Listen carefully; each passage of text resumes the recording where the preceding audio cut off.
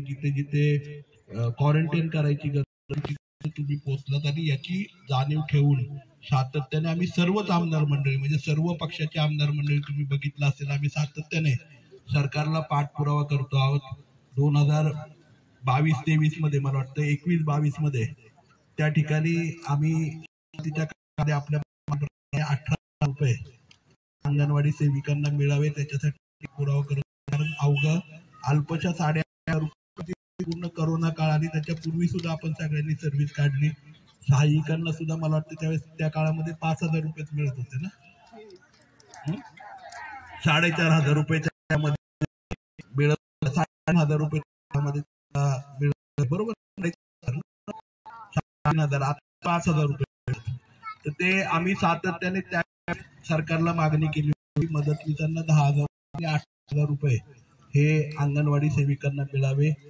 त्यावेळेस सरकारने अल्पशी ती मागणी मान्य केली. कारण जवळपास 150 पेक्षा जास्त आम्ही आमदारांनी त्या ठिकाणी तुम्ही ऐकलं असेल की विधिमंडळामध्ये हा विषय मांडला. सातत्याने त्याचा विषय मांडण्याचा प्रयत्नही करतो आहोत.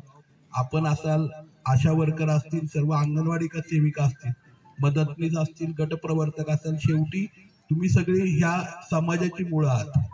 समाजामध्ये जे काही मदत आज कुपोषित बालकं असतील, महिला असतील, गरोदर महिला असतील, त्यांना लागणाऱ्या सगळ्या सुविधा, त्यांना लागणाऱ्या सर्व अन्न असेल किंवा त्यांना लागणारे सर्व बॅकअप हा तुमच्या माध्यमातून येतो आणि त्यामुळे कुपोषितांचं प्रमाण मुलांचं हे कमी होतं. गरोदर महिलांना सुद्धा आपल्या माध्यमातून मदत होती आणि त्यामुळेच निश्चितपणे मला असं वाटतं आणि माझ्या बरोबर सर्वच आमदारांना आणि आम्ही सगळी मंडळी तुमच्या बरोबर आहोत. यावेळेस सुद्धा आपल्याला माहिती आहे की नाही मला माहित नाहीये, परंतु हिवाळी अधिवेशनामध्ये 293च्या अंतर्गत आम्ही या ठिकाणी आशा वर्कर आणि त्या ठिकाणी अंगणवाडी सेविकांच्यासाठी आणि पोलीस पाटलांच्यासाठी म्हणजे जे तळागाळामध्ये काम करतात त्या सगळ्यांच्यासाठी अर्ध्या तासाची चर्चा ठेवावी म्हणून सातत्याने सरकारचा फॉलोअप करत होतो. कारण आम्हाला ह्या सगळ्या गोष्टींचा उहापोह त्या ठिकाणी करायचा होता. कारण आपण ज्या ज्या मागण्या मांडलेल्या आहेत म्हणजे त्याच्यामध्ये जो सरांनी सांगितलं त्याप्रमाणे ग्रॅच्युइटी ही प्रत्येकाच्या कामाचे हक्क आहे. आज प्रायव्हेट कंपनीमध्ये पण जर कोण काम करते आणि 5 वर्ष त्याला झाले तर 5 वर्षानंतर ग्रॅच्युइटी ही 100% त्याला लागू पडते.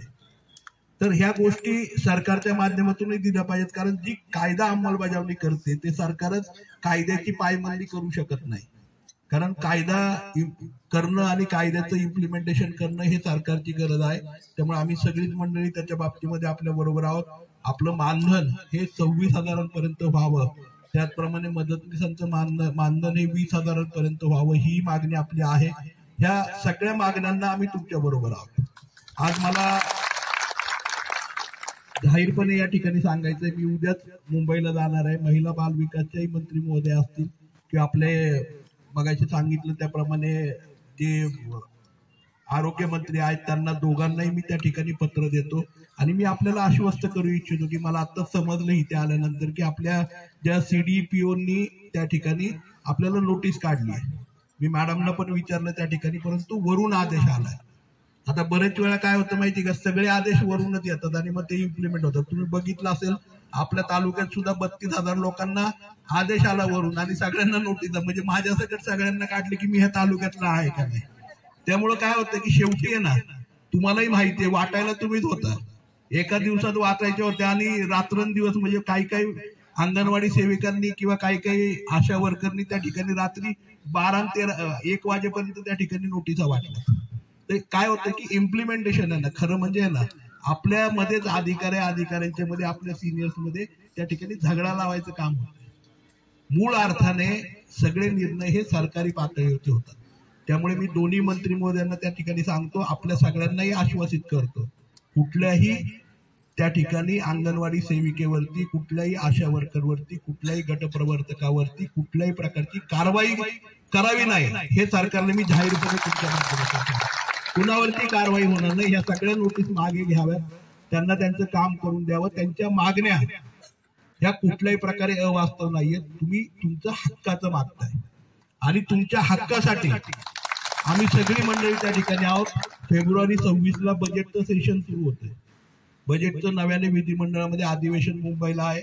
आम्ही मागे आझाद मैदानावरती आपण सगळे उपस्थित असताना मी तिथेही आलो होतो अनेक आमदारांना आम्ही त्या ठिकाणी बरोबर आलो होतो आणि तुम्ही बघितलं असेल विधिमंडळामध्ये सुद्धा त्या ठिकाणी सर्व पक्षाचे आमदार, कारण सगळ्यांचं मत तेच आहे, कारण तुम्ही सगळी मंडळी तळागाळामध्ये काम करता, तुम्ही आहे तर समाज व्यवस्थित आहे आणि याची जाणीव आम्हाला सगळ्यांना आहे। त्यामुळे मी आपल्या सर्वांना एकच आश्वासन देण्यासाठी या ठिकाणी आलोय की आज आपल्या सर्व कृती समितींबरोबर, कर्मचारी संघाबरोबर आम्ही सगळी मंडळी सक्षमपणे उभे आहोत। आपल्यावरती कुठेही अन्याय होणार नाही।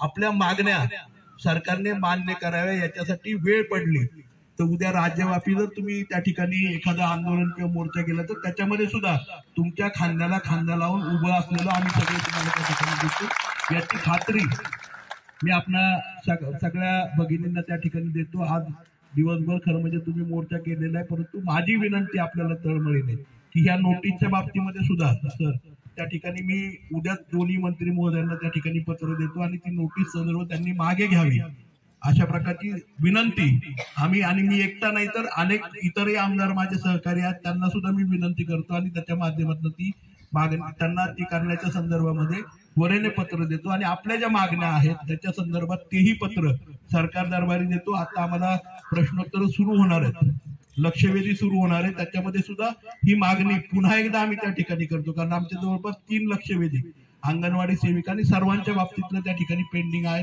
पण त्याचाही फॉलो मी निश्चितपणे घेतो आणि आपल्या लढाईमध्ये आपला हा भाऊ आपल्या बरोबर सक्षमपणे उभा आहे एवढं त्या ठिकाणी सांगतो आणि माझे 2 शब्द संपतो। त्या पूर्ण राज्यामध्ये असतील, पुरंदर तालुक्यामध्ये असतील, आज करताना दिसतात, पण खरंच आपण पाहिलं तर थोडंसं अगदी म्हणजे लहान मुलाला सांभाळायचं म्हणल्यानंतर किती त्रास घ्यावा लागतो हे आई म्हणून जितकं मला माहिती आहे, त्यामुळे मलाही माहिती आहे, त्याच्यामुळे खूप सारे कष्ट आहेत आणि तुम्हाला जे काय आम्ही हे पोचू आणि त्या मोमेंट टीव्हीच्या माध्यमातून आम्ही बोलत आहोत। प्रतिनिधी छाया नानगुडे। छायाताई विठ्ठल भुजबळ ह्या अंगणवाडी सेविका आपल्याला थोडंसं त्यांचंही मनोगत मांडत आहेत, आपण यांच्याकडे थोडक्यात मनोगत मांडून घेऊया। महाराष्ट्र राज्य अंगणवाडी कर्मचारी संघ, मी पुरंदर तालुक्याचे अध्यक्ष छाया भुजबळ। म्हणजे मी असंच हे सांगते की आम्ही जे 35 दिवसाचं आंदोलन करतोय तर आजपर्यंत आम्हाला कुणीही कुठल्या मंत्र्यांनी किंवा शासकीय अधिकाऱ्यांनी काहीही न देता, विशेष करून आमच्या प्रकल्पावरून आम्हाला आमच्या सेविकांना नोटिसा दिल्या काढण्याच्या आणि मदत